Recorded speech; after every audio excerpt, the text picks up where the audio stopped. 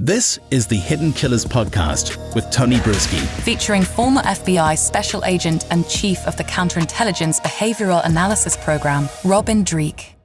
Obviously, Doug was not an angel here by any means. Right. And we learned that through some of the arguments. Let's take a look at the defense arguing. They're trying to say Doug was obsessed with Ashley. And I mean, there may have been a level of that. I think there was a level of him confused. I mean, yes, I don't think he was a great guy by any means, but he's also a parent, and you can still be a parent and be concerned about your child and not be the nicest person in the world. And you know, be fairly shitty actually. But if you don't know where your child is and it's just being withheld from you, and there's really not a reason to be doing that, you may be looking for your kid. Here's what the defense is arguing about what Ashley was thinking. Doug Benefield shoots a gun into the ceiling of their kitchen to intimidate Ashley to stop speaking, throwing a loaded gun at Ashley Benefield, threatening suicide, punching the dog so hard that he knocked the dog unconscious, threw the cat down the stairs, put a tracker on her car.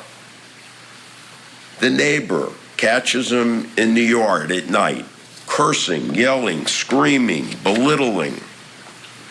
Text messages, I'm in a murderous mood. I want to rid the earth of them. Take them out. That was about two guys having a conversation while Ashley was on a cruise.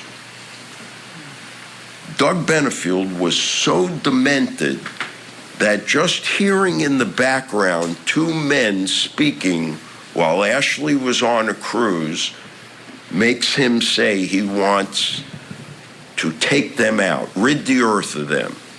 That puts him in a murderous mood. How about driving from South Carolina to Florida so that you could follow Ashley in the car? I mean, if that's not determination, what is? If that's not fixation, what is? If that's not obsession, what is? And most chilling, I thought, was Mr. Vincicaro, the realtor, who, while the injunction is in effect from South Carolina, look at the email between Doug Benefield and Vince Vincicaro. I asked him, did you have any dealings with Douglas Benefield? Yes, I did. What was it? He was a customer looking to buy a home. Where was that home? It was the house immediately behind Ashley Benefield's house. This is sick, ladies and gentlemen. Unhealthy behavior all around. I'd be scared of him too if I were her to a certain extent. But again, it's like how are these situations handled? I mean, eventually he gets invited back in and told that they're going to move in together and they're going to move away, but that's not even her plan when he's there helping her pack. I mean, there seems like there's so many ways this could have been dealt with that wouldn't have led to this. Yeah, 100%. I these are two people that couldn't communicate worth of beans. Yeah. And it really comes down to the really, really bad choice she made to keep a loaded gun with a round in the chamber in her house. Because I don't guarantee. It's hard to imagine that even if that gun had been where it was, if the magazine was out of that gun, this would have had the same result. Yeah.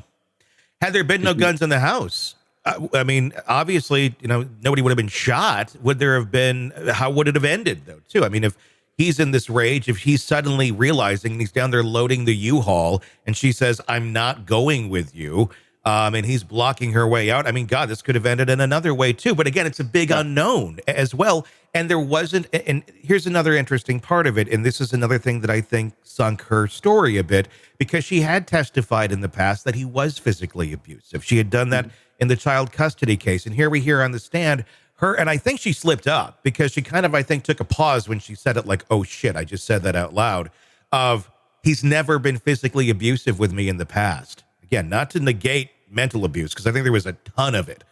Right. But it showed a pattern of lying, of exaggerating the truth for her own gain. And I think that really went to her credibility. Yeah, which could have been also trauma-induced false memories. Sure. That's why it's really a tricky thing on this. I think what was happening here, as you were kind of insinuating to, this was both of them were on an escalated pattern towards violence. Mm-hmm. And whether it was her or him, it was there was going to be, at this confrontation here, it was escalating to this confrontation in the house. And you're right, it's an interesting thought experiment. If there hadn't been around in that chamber, what would he have done? Yeah. So here she is, pulls a gun on him and points it at him, pulls a trigger, and it goes click. Mm-hmm. What would he have done? Yeah, exactly. We don't know the answer to that. No, we don't. It's two people that really didn't have any sort of problem-solving skills, I think, at the end of the day. None. Absolutely zero. And zero communication, zero trust. And he's acting, when it comes to relationships, at least as a teenager with developmental issues, not just a teenager, but a teenager with developmental issues. And she just doesn't strike me as a deep thinker. Yeah. It's very, she comes across very surface. Her answers are, again, it can be trauma response answers, because for those that are listening, I don't want to negate her experience in trauma. It could be that as well. But man, it's just two unhealthy people with a tragic ending, and it's going to ruin her life now too. Well, and one of the biggest victims of this is the kid, because dad's dead and now mom's going to be away for pretty much the rest of her childhood.